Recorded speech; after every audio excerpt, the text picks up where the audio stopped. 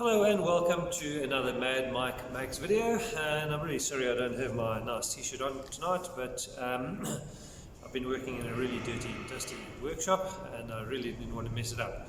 So today's video is all about working on a jointer and how to work on a jointer safely.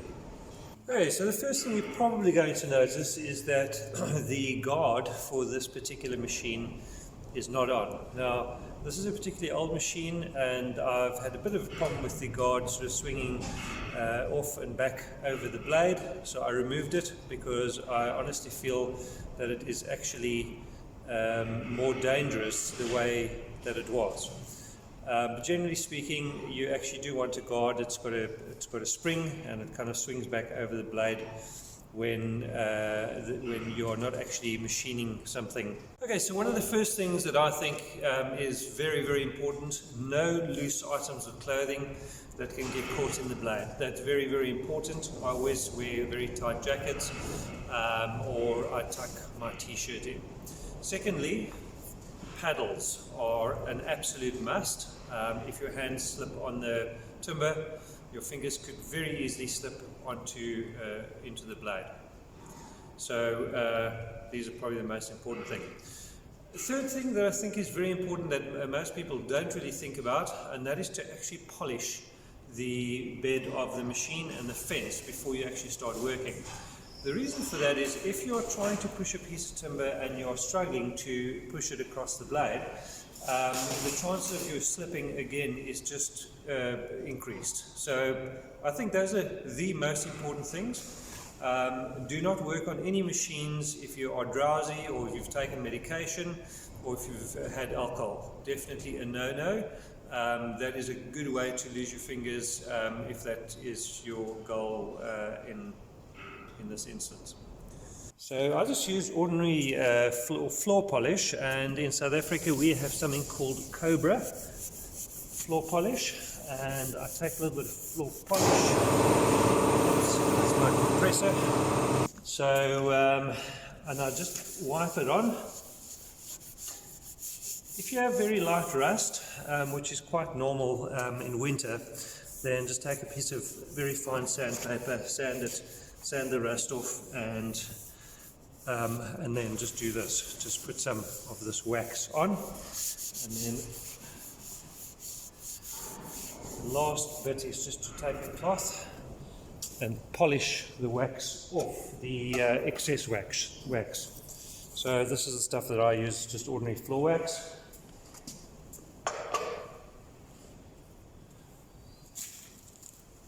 Just take an old rag, kind of polish it up.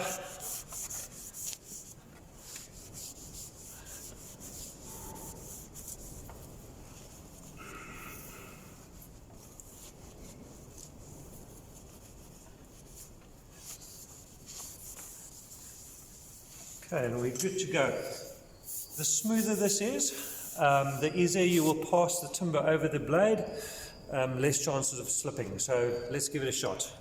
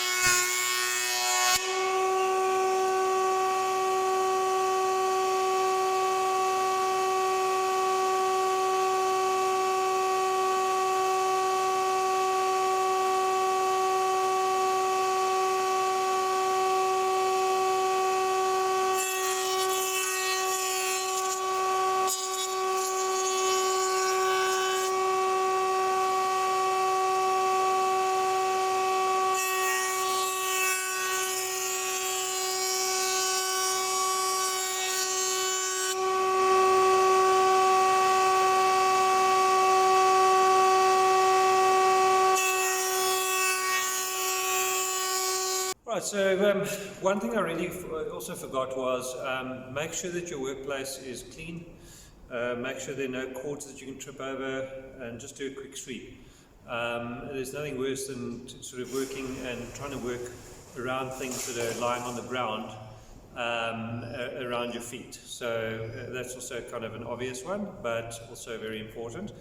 Then a final tip I would give you is, if for any reason you feel uncomfortable with the way the machine is set up, or anything in your environment, and it makes you feel unsafe, stop, fix it, and then continue. So, I hope you enjoyed this video, and safe machining.